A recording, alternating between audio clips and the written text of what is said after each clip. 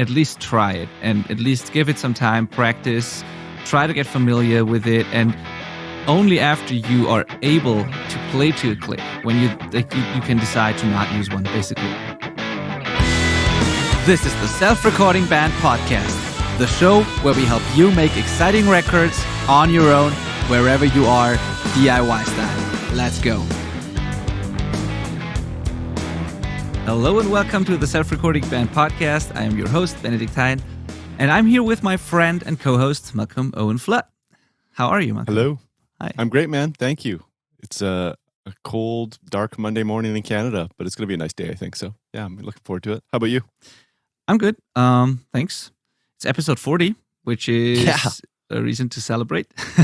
Yeah, that is pretty wild. We must be approaching a year. We should go back on our messages and see when we first started talking about doing this. Oh, yeah. Because it's probably pretty close to now that we started thinking about doing this. I think I was in India last year. I'm pretty sure we were talking about it by now. I think so. Yeah, I'm pretty sure. And I wasn't sure about, I was afraid to do another thing. And then when the new year came, I decided to do it. And then, yeah, it's true. And then we had no idea what was coming. Yeah, totally. What we got ourselves into here. But it's been amazing. And that's actually a good place to mention that we get more and more feedback from you listeners, which is very, very cool. So I get more and more emails, almost like after every episode, people are emailing me. I get feedback, I get input and thank you mails and all that, which is super great.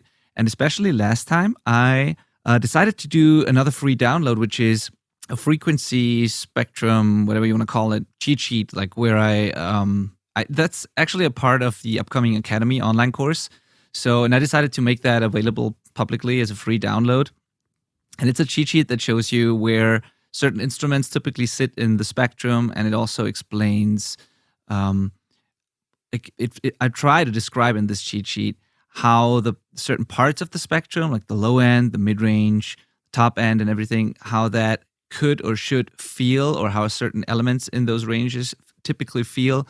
So you get a feel for what should be in the very low end, what should be in the low mids, what should be in the upper mids. So you can make clever arrangement decisions, and you can, maybe I hope it's helpful in building a song and choosing tones and stuff like that. And I decided to do that after last week's episode, and I put it out there as a download, and people downloaded it. And I got some awesome feedback emails from people that this was actually very, very helpful.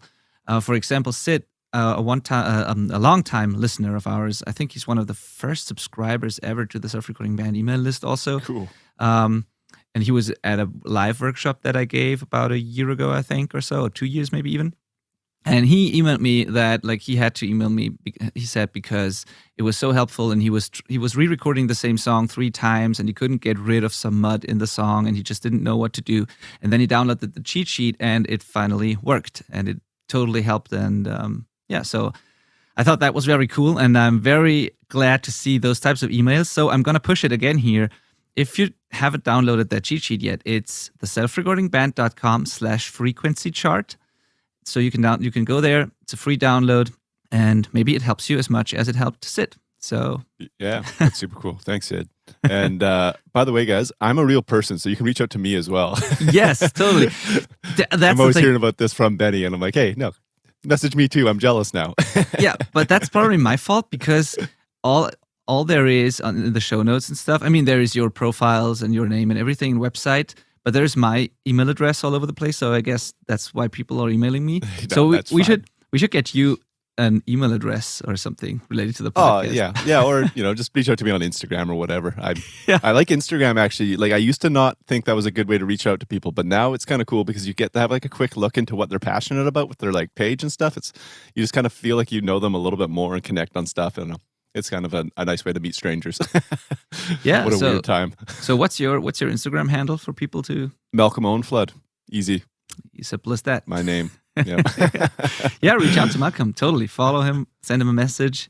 I'd love to hear from you. I'd actually love to hear some music as well. I need to find some new music. So send me music you're working on, because obviously you're working on music if you listen to this podcast. Yes. Sid sent me a video actually and a song, because he said whenever we do a song or a production critique episode, he would like us to go over his song and like talk about what could be improved and stuff. And I listened to it, and I have to forward it to you, Malcolm. I listened to it and I watched the video he attached. He also did a video for it. And I was really impressed because the song and his voice in particular were good. So Sid, if you're listening, great song, great voice. And also, I already replied to him via email. I think that the camera work is kind of cool. So I like the video and how it looked. So I'm going to send you that, Malcolm. You can have a look. Awesome. Yeah, I'd love to see it. Yeah. So send us more of that sort, because we love to see it. We watch and listen to all of that. And who knows, you might include it in a future episode. Mm-hmm. All right. That's a good time to jump into our topic today. I should have come up with a better pun for the wasn't the best, but oh well. took the easiest word there, time.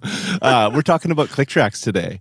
And specifically, you're embarrassed now, aren't you? I didn't even get it, but not, yeah, totally time. Time. All right, yeah. Sorry, guys. We're talking about the different ways to use a click track and just clever ways to use a click track. Anything about click tracks is what we're going to be diving into with this episode. And when we were planning it, we were reminiscing about how click tracks, at least when I really got into recording, I mean, like trying to do this for a living and producing bands and stuff like that, I used to get just a mountain of pushback about using a click from almost every band that would want to come into the studio. Was it the same for you, Benny? Did they want to use the click, or was it, because like you said, it seems like this comes and goes in waves, and I was on the wave of clicks are evil when I started, but currently we're not. Currently everybody uses a click, and it's weird if you can't play to one. But yeah, what was it like when you got into this? When I got into this, it was like the mid to late 2000s, and it was already, I mean, click has always been a thing, but it was already popular to play the click, especially in the heavy stuff that I did. But the types of bands that I recorded when I started out, they weren't as good, obviously, because like I was starting, they were starting. So I worked with a lot of friends bands, amateur bands, hobby bands, and the click was not really popular. So it was a thing in their genres, but they kind of refused to accept that. And it was often used as kind of a, I don't want to talk shit about anyone here because I totally understand that. And my band, we didn't use a click for a long time as well. So it was oftentimes it was kind of used as an excuse to like for not using a click. They just said that, like X, Y, and Z didn't use a click, so we don't need to use one. And that's the easiest way to avoid practicing to click. But yeah, so I definitely had that. And then when bands and myself improved, obviously more and more people came to me that were used to recording to click. And then it got to a point where it was almost weird if I suggested maybe not using a click or not being as strict about it. And like people nowadays just expect that a click is required and you got to be on time, and they expect things to be quantized. And so, yeah, it's definitely in waves. But there's also this sort of revival of this old school approach. So more and more bands nowadays who could play to a click now don't want to play to a click anymore. Yes. Yeah. People choosing that less tight and more fluid kind of thing that generally comes from not using a click.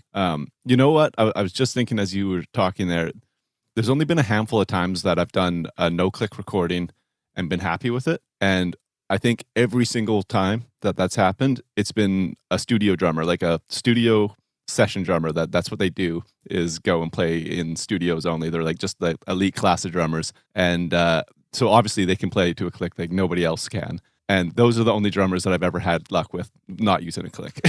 Yeah, true. Because the thing is, to be able to play without a click and they still get an amazing result is pretty hard. But unfortunately, most people deciding not to use a click are the ones who should use a click. So that's probably the thing here, because it is hard to play, to deliver a really tight performance and to have the right feel and groove and everything without a click. You got to be really good to pull that off, actually. And that's not the case with many or even like most people. So. Yeah. Shout out to one of those drummers. His name is Alex Campbell, and I was just talking to him on the phone the other day because I'm recording him tomorrow for a song, and we are using a click tomorrow. But I reminisced that the last time I had him and we didn't use one, and it turned out great. I'm sure that it did. But he was like, you know what? In hindsight, I wish we used one. It's like, you would, but no, it did turn out awesome. Yeah, I think you have to look at it from different angles here, because one is the timing, the feeling, and everything. Of course, is different whether you use a click or not. It can be better or worse. But the other thing is, you got to think about what you're planning to do later on with it in the mix, or if you're working with a mixing engineer, you should have a conversation about that probably, because not using a click has consequences, and it's like editing is much harder to do. If you don't have a click, it's harder to sync certain effects to the grid, like delays and everything, or certain time-based effects that are easily doable if you have a grid. But if you don't have a grid, that stuff just gets more complicated. You can do all of that, but you should probably have a conversation. So the feeling, the groove, the timing alone is not the only thing to consider here, I think. Yeah, definitely.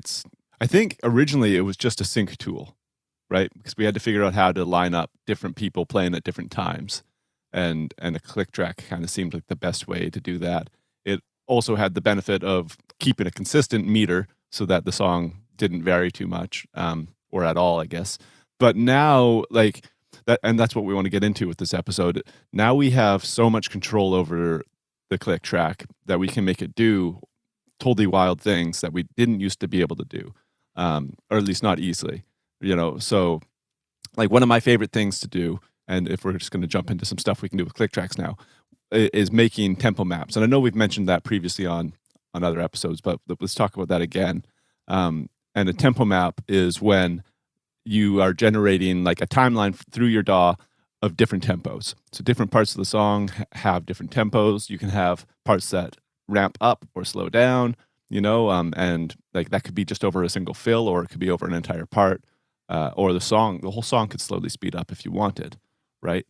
So you can kind of bring back that natural quotation marks feel, and push and pull of parts by manually entering it into the song, which is really, really fun. I do that almost every song. I've got some tempo changes going. It's like just an everyday tool for me. Yes, and that's, I think, what many people are not aware of, because they are afraid to use a click track because they don't want to have a static tempo throughout the song, and they want to have these push and pull moments, and they don't realize that you can absolutely do that with a click, and you can do it even better oftentimes because you have control over it. So it's not random, but you can intentionally say, we're going to speed it up here, we're going to slow it down there. And so I think many people are just not aware of that. And I know that when people send me demos or pre-production, and I ask, like, do you have any tempo changes? Is it all static tempo?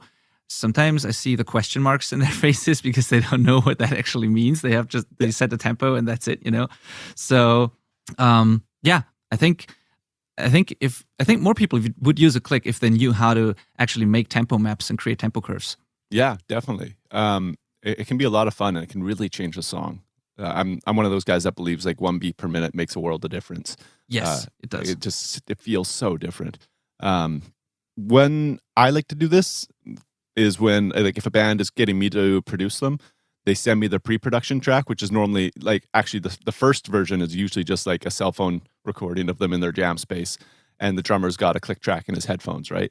So they just tell me what tempo was recorded to, or there's a countdown at the beginning, and then I just go in and I change the tempo right on that like mix file, and just like plot it out, and then I can send them that and be like, hey, what do you think of this? Like this part sped up, this part slowed down. I think it feels cool, and they're like, whoa, didn't know that was possible. And then I can send them a click track that they can now record the pre-pro to, based on that new tempo map we just made. But I really like being able to create the tempo map to the full version of the song, like with everybody playing, rather than just, I feel like it's harder to pick a tempo to just a guitar or like just a piano. It has to be like having the drums there, I think, is really key, when you're trying to choose a tempo, because drums can make something sound faster or sound slower, even though it's the same tempo. Yes, absolutely agreed. And there's ways you can do that. We've been talking about that before we recorded this episode. You shared a story from that, like Jens Bogren, I think, who did something. He's a very successful, great metal producer, and he was at a conference that you also attended in Las Vegas. URM Summit in Vegas. Yeah. So which would be happening right now. Oh. Yeah, exactly. Or last weekend or something. Dang. Yeah. What was it that he did with the tempo map and creating a tempo map? I think he was recording the bands. So this was actually, I think tempo map was already maybe done, or at least a rough in. And then he was recording takes to it. And then he would turn off the click and get the drummer to play a take to that same song that they've been jamming already. And in like invariably some of the fills would end up being like rushed or whatever, it would take a while for him, like them, if you sped up going into the chorus, it takes a couple bars to get back down to where the tracks were kind of thing. And if it felt better like that, he would just change the actual session tempo to match that performance and then write that into it. And then, all the other parts would conform to that. So you would have these really wild kind of movement. That, at least I think that's how he described it. It sounded kind of confusing. And it also sounds like a lot of work because he's like deciding to start over all of a sudden. He's like, drums are almost done. No, we're going to change the entire tempo. So I was a little confused by that. But I mean, he works on some pretty major sessions. So I guess that could have all been considered pre-pro at that point. Yeah, that's cool. Another thing that I like to do, and that I heard, I think Will Putney does that, another great famous producer, is I like to have a band play entirely without a click, a couple of takes, and then we pick the one that feels best, and then I create a tempo map from that take, like entirely. Cubase has a feature where you can detect the tempo, and then you will end up with a pretty uneven tempo map with like lots of ups and downs, but you can then take out some of those dots and like make it more even and just keep the broad like changes, like cool. When an entire part is obviously slower or faster, you can just keep that but remove all the tiny ups and downs, and then you can get sort of an average like tempo map from that take, and that is what I end up using then to track the actual song to. So that way we capture the natural feel. So I keep all the things that are in every single take, but I remove the unintentional things, So that's a cool way to do it. Or like, as you said, pick a static tempo and only keep like the fills or like certain parts that are cool without a click, the way Inspogren does it. So those things can really help. When I decide whether to use a click or not, I kind of look at it that way. The thing that I'd like to do, if possible, is that I want to use a click and then create the tempo map myself or with the band. That's the preferred way almost always. So pick a tempo, have them practice to click, and then bring in those tempo changes intentionally. That's the preferred way.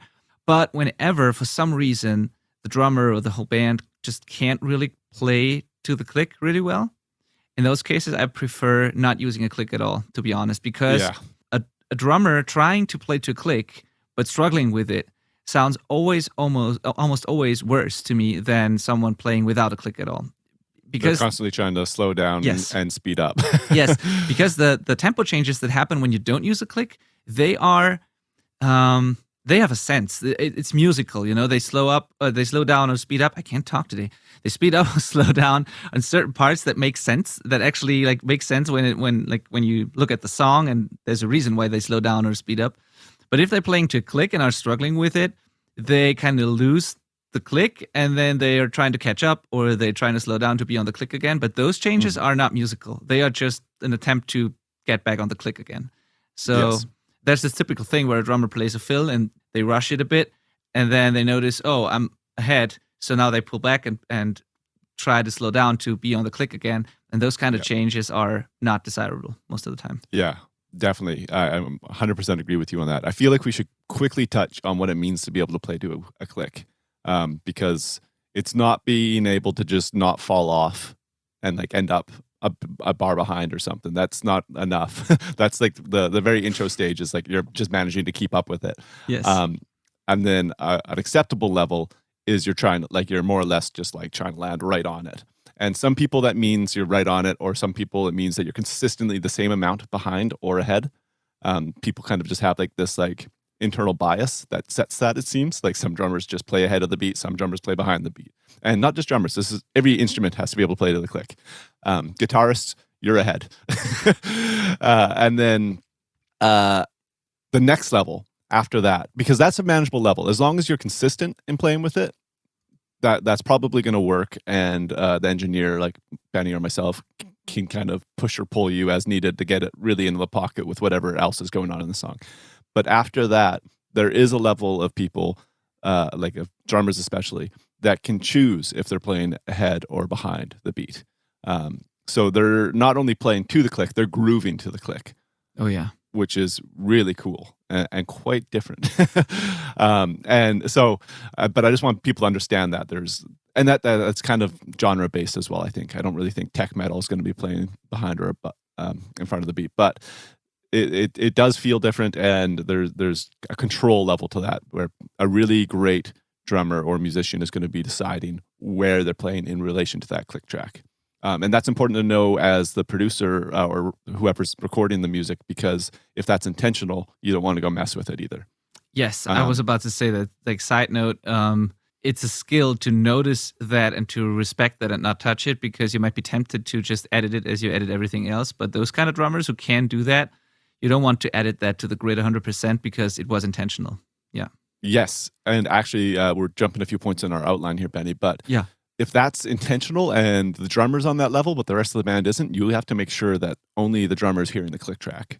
Because now you've got this band that's trying to play to the click track, but they should be playing to this drummer who's setting this groove by playing, a little behind the beat or whatever. They're gonna fight each other. So if you've got somebody of that level that's kind of laying down the meter of the song and the groove, make sure your musicians are playing to him or her, whoever it happens to be. Yes, true. So anyways, got on a little bit of a tangent there, but it's important to know that there is different ways to play to a click and feel a click. And so we've touched on tempo maps. We've touched now on the idea of just somebody playing to the click and the rest of the band not, which is a little later in our outline, but that's definitely an idea that works. That's how a lot of bands do it live as well, where just the drummer has the click track going to their ears and then the rest of the band just plays to the drums. I think the main reason that people do that is just because it's cheaper than having like a whole system of in-ear monitors. Yes. And maybe also, I don't know, it's like you got to get used to that. It's if you're constantly thinking about the click instead of the song you're playing or your audience or the show, it's kind of hard. And when only the drummer has the click track and like they for some reason leave that click track for a moment, the rest of the band might not even notice, and so it's not a problem. But if like everyone has the click track and something goes wrong, everyone will be like insecure, and it's a weird moment for sure. So that's very true, but I really hate when the drummer has it only, and then like every time there's like a break in the drums, he's keeping count on his hi-hats for the rest of the band to stay on the click. It's just so distracting to me. Yeah, that's true also. But I mean, that's just me. It's probably fine. yeah, that's true also. But yeah, you can experiment with that. Maybe you don't need a click. Maybe the drummer is enough. If you're doing overdubs, you could do the guitars or bass or whatever you do next only to the drums, or listen to the drums and the click at the same time.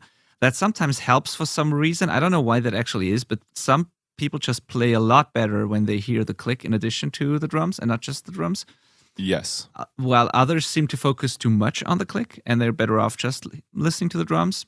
It's a case-by-case thing. I don't know. It totally is. I'm like constantly riding the click fader in and out based on different parts, especially with like guitars where you're doing section by section. It's like as soon as I hear them do the first pass, I make a decision and sneak it back in. Like, I'm not even communicating with them. They're just kind of being influenced by what they hear at that point.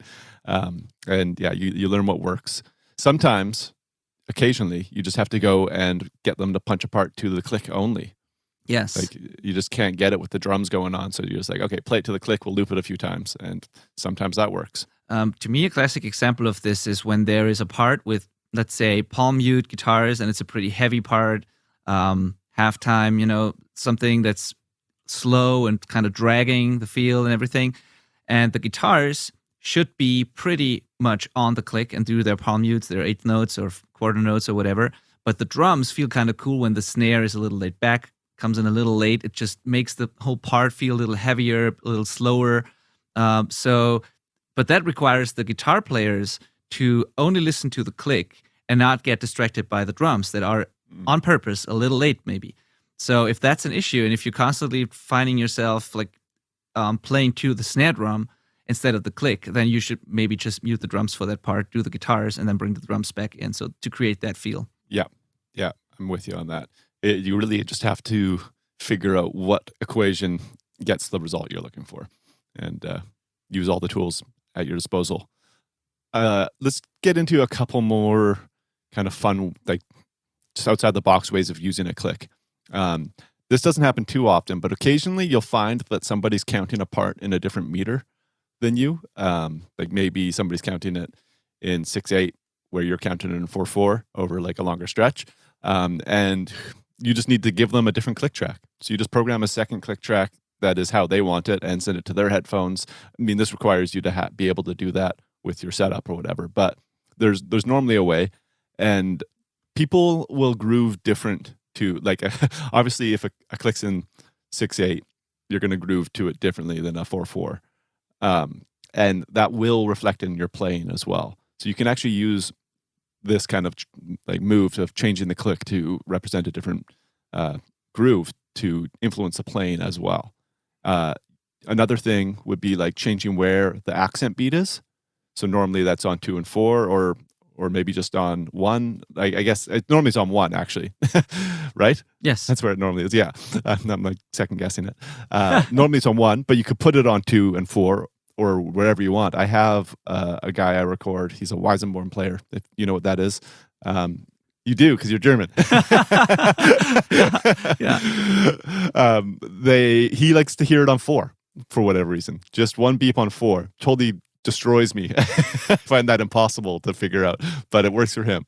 I mean, that's a whole other discussion. It's the same with like people clapping on 1 and 3 or on 2 and 4 and stuff. Like, yeah, but only the 4 is weird to me. Like 2 and 4 totally makes sense, but only the 4 would like throw me off. But yeah. Yeah, it like warns him that the bar's repeating. That's great. Yeah, it's hilarious, but it totally works for him, so whatever. Yeah. Yeah, so like where you put that's going to influence, especially a drummer, because like everybody's digging in the snare on 2 and 4.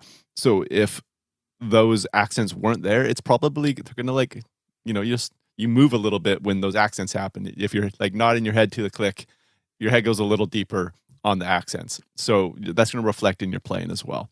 So you can really influence people with that stuff. A classic for me is like when you do triplets or something like that. Sometimes when a drummer does like a part like where there are triplets, like with the kick drum or fills with the snare or whatever it is, if it's a longer part or if the whole song is like that has that feel, sometimes they like to hear those. Sometimes they just like to hear the 4 beats and they do the rest themselves in between, basically. But so that's also something where I try both ways and see what works best. Yeah.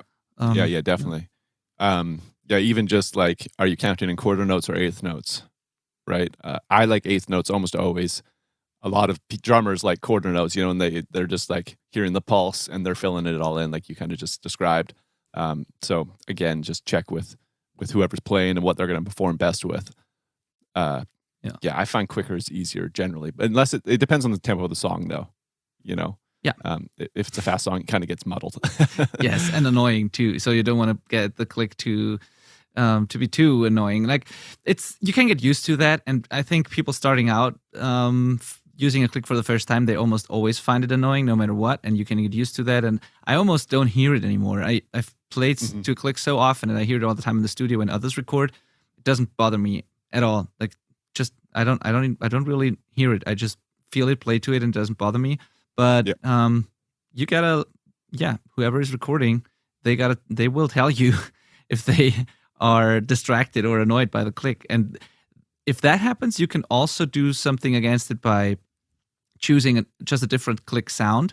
Yes. Depending on the DAW you're using, there are options. You can use a MIDI click as well instead of the built-in beep sound or whatever your DAW has. You can trigger some sort of MIDI instrument, and you can have whatever, cowbells, I don't know, doing the click. Woodblock is a classic example that many people like because it's not as annoying as a beep. You want to have something that you can hear through the drums and everything, so it does it stands out in a way, but it shouldn't be too annoying. But it's a total personal preference. Totally, it makes a difference though. They need to be able to hear it. So choosing a sound that their ear can kind of identify, it's going to go a long way. The only this is not really click related, but sometimes the sound that gets chosen for a click drum can't be removed from bleed very easily with like Isotope RX. I don't know if you've encountered that, Benny, but like sometimes you have to go and like cut out bleed using this audio repair tool. And certain sounds are more like they just get into other frequencies more than you want, and it's harder to remove them. So yeah, you mean bleed from the headphones? Yeah, exactly. So I like to prioritize click tracks that stay high up enough that you can just remove them transparently. Yeah, that's actually a good thing to add here. I didn't even think about that, but you're totally right. It is an issue sometimes. So yeah, that's where the classic high frequency beep thing might be better than a wood block. Yeah, a short high frequency thing is kind of easy to remove. But at the same time, I bet it cuts through a headphone better or more and causes more bleed or something. So the crucial thing here is use closed headphones when you need a loud click on your headphones. That's rule number one, because if you have open headphones that might sound nice, but you want a really loud click track on your headphones, you're going to hear that in the microphones. Absolutely. And I'm a big fan of drummers using in-ear monitors with like some earmuffs over their ears. Those drummers that always show up with in-ears never complain about not being able to hear the click. Yeah. And then they're also not deaf at the end of the day because they're just listening at such a quieter level. So if you are struggling with that, consider going that route. Yes, totally. Okay. I'm curious about when you wrote in our notes here that you can remove the click for sections using automation. What do you mean by that? Like, I've never used automation on a click track, I think, but I'm curious. So, like, one common thing I do to avoid bleed, actually, now that we're talking about that, is right at the end of the song, if there's like a big sustained hold for the end of the song or something like that, I automate the click to just automatically turn off there. So it cuts out and there is no click anymore, and people are just holding sustained note. There's nothing going through the headphones that would bleed in. But sometimes there might be like, an outro that just speeds up gradually or something like that. So come that outro section, I'll just, again, automate the click to turn off. So automation is when you're just writing in settings into your DAW to affect something in your DAW. So we're going into the plugins, the click track plugins settings and automating it so that it bypasses and essentially turns off the click in this case. You could do that the same. We were talking about how you could have meter changes or tempo changes. It's the same thing. But in this case, we're turning off the click at a certain point, and from there on, the band is playing without the click. So it's been the click up to a certain point, and now they're on their own. And, ideally, if you're doing this, you obviously have some direction going. So the example I'm thinking of was this band called Chase the Bear to Vancouver. Shout out to those boys. They just would start hammering from that point on, and the song would slowly speed up a little bit. And it was like the best way to get that. Because we didn't really know exactly what tempo we wanted. I wanted them to be able to kind of feel that out on their own. Maybe they had more energy on the second take and it just goes faster than all the other ones. That's great, So you can kind of choose the best of both worlds when you're doing it that way. If you want the click for some of it, but not for the rest. True. Side note, you can't really do it in the reverse order. You can't start without a click and then jump into a click because it'll just never line up. Unless the only way to do that is by punching the two halves of the song. Yeah, I guess so. Yeah. I never did it with automation. I always do it manually. I just, whenever the part comes, I just hit the C on my keyboard and the click goes away. So that works. But for sure. But actually that's smarter than doing it manually because I often forget. Because I often forget it. So that's much smarter to automate that. Yeah, true. The other way around doesn't work. Also, this reminds me of a common issue that I ran into a couple of times when people want to record without a click and we decide to do it without a click and they bring in guide tracks or something to play to, or we do a first take and then we overdub something.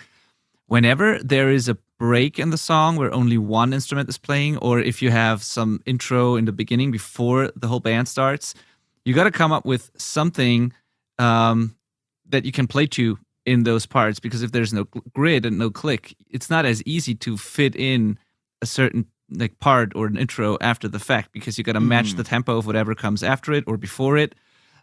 So you either have to do one pass where the drummer counts and then you cut that out later, or you have to do something here. If you forget to do that and you then want to record a solo guitar intro or like one guitar on its own or a bass on its own in the middle of the song, there needs to be something there usually.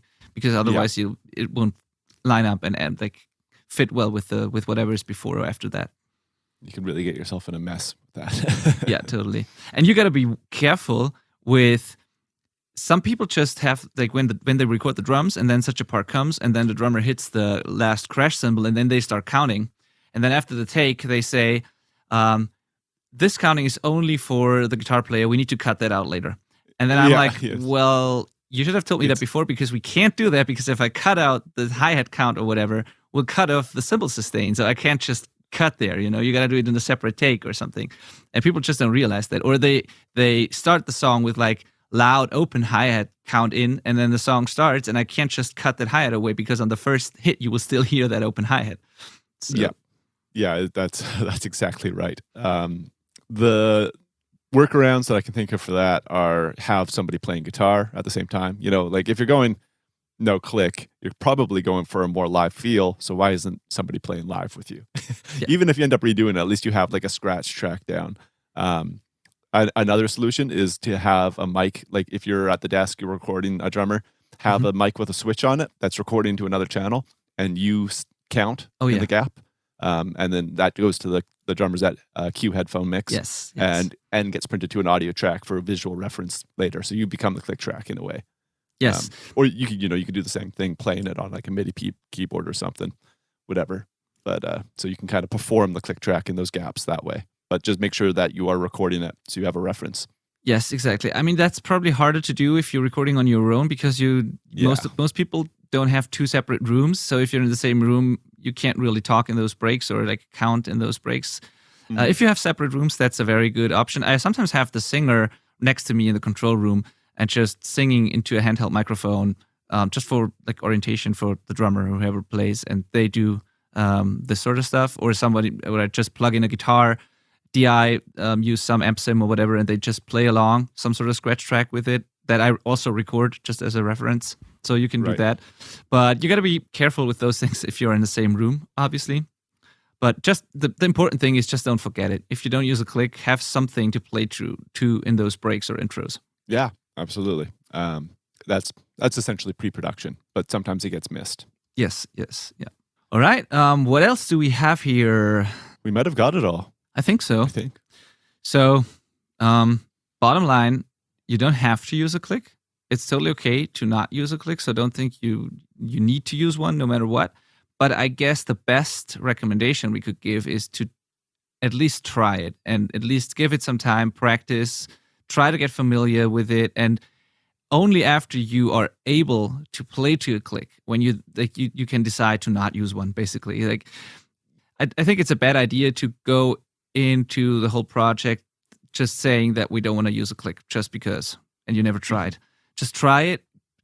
Get it's also, it will make you a better drummer or a better musician, just being able to pull that off. And if you then decide it's too static or we need more like of an organic feel or whatever, then you can always turn it off and play without one, but at least give it a shot, because in most cases it's beneficial to have a click track and a grid, not only because of the timing. Yeah, it's there to help you. It'll become your best friend. You'll learn to love it. Yeah, totally. But yeah, I feel like most people are on board with it these days. But like you said before we started this, Benny, it's almost becoming the trend again to like it's as if it's cool to not use one.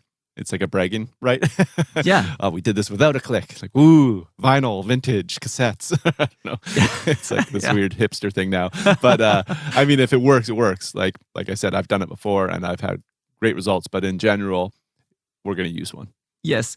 The whole, we did this without a click is, if it sounds awesome and it's a killer record, and then someone says we did this without a click, I'm like, interesting. There might be something to it. And it's like cool to hear that this was done without a click. And I try to find out what makes it special. But if they say we did this without a click because they need to explain to you why it sounds crappy, then that's a whole different story. But that's what many people do. Like, you listen to something and then they say, oh, by the way, we did that without a click. And then I'm like, oh, okay, now it makes sense. So that's a different thing here.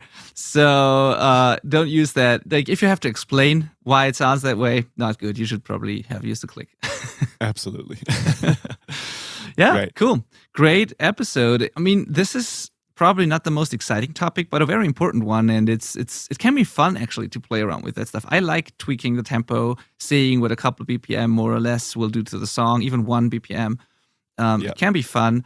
It can give the song a whole other feel, and so yeah. Yeah. Oh, the last thing I didn't mention, and this is a note specifically for people that have trouble playing to a click, is for whatever reason, some people won't be able to play to a click. Say there's like a straight 1, 2, 3, 4, 1, 2, 3, 4 click track. They can't play to that, but if you program the same thing with a kick and a snare, they're rock solid. And I have no idea why that is, but it's a thing that I've experienced so many times with beginners in the studio. I just program a drum track for them that is a click track, essentially. It's to the grid, and they can play to it. But if it's a click track, they're lost.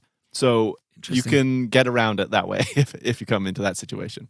Interesting. But do you do that with drummers as well?